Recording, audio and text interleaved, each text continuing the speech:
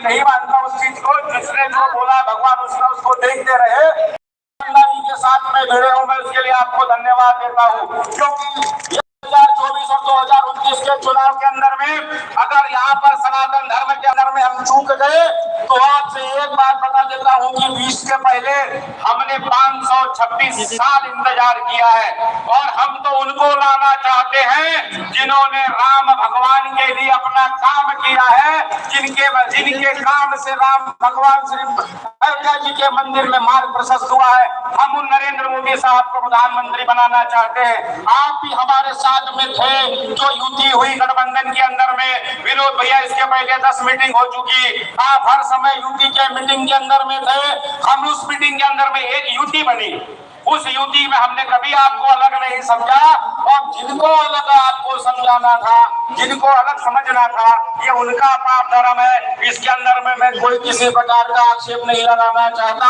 आपको एक बात बता देता हूँ कि फेसबुक, व्हाट्सएप और नाना किस्म की रील के अंदर में संगठन जिंदा रख नहीं सकते।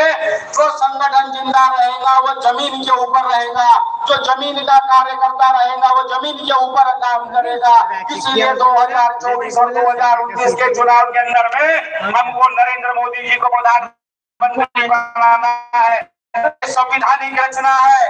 अगर मोदी जी चाहते तो 543 में अकेले ही चुनाव लड़ लेते, 543 की 543 में नरेंद्र मोदी जी अकेले ही जीत जाते, मगर उनको 542 सीटों के अंदर में इस्तीफा देना पड़ता, क्योंकि एक सांसद एक सीट पर रह सकता है, चुनाव 1000 सीट से लड़ सकता है। इसीलिए उसी मार्फत एक संवैधानिक रचना है कि यहाँ पर उन्होंने एक उम्मीदवार दिया है, सुनील मेंढे जी। सुनील मेंढे जी नरेंद्र मोदी के रिप्रेजेंटेटिव के रूप में हमारे साथ काम कर रहे हैं। हमारी सबकी नैतिक जवाबदारी है कि उनको हमने चुनाव जिताना चाहिए। अरे रोज फेसबुक, व्हाट्सएप के अंदर में नाना किस्म के लोग यहाँ ये हो गया, फलाना हो गया, उम्मीदवार को ऐसा कर दिए, वैसा कर दिए। और इससे कुछ नहीं होने वाला।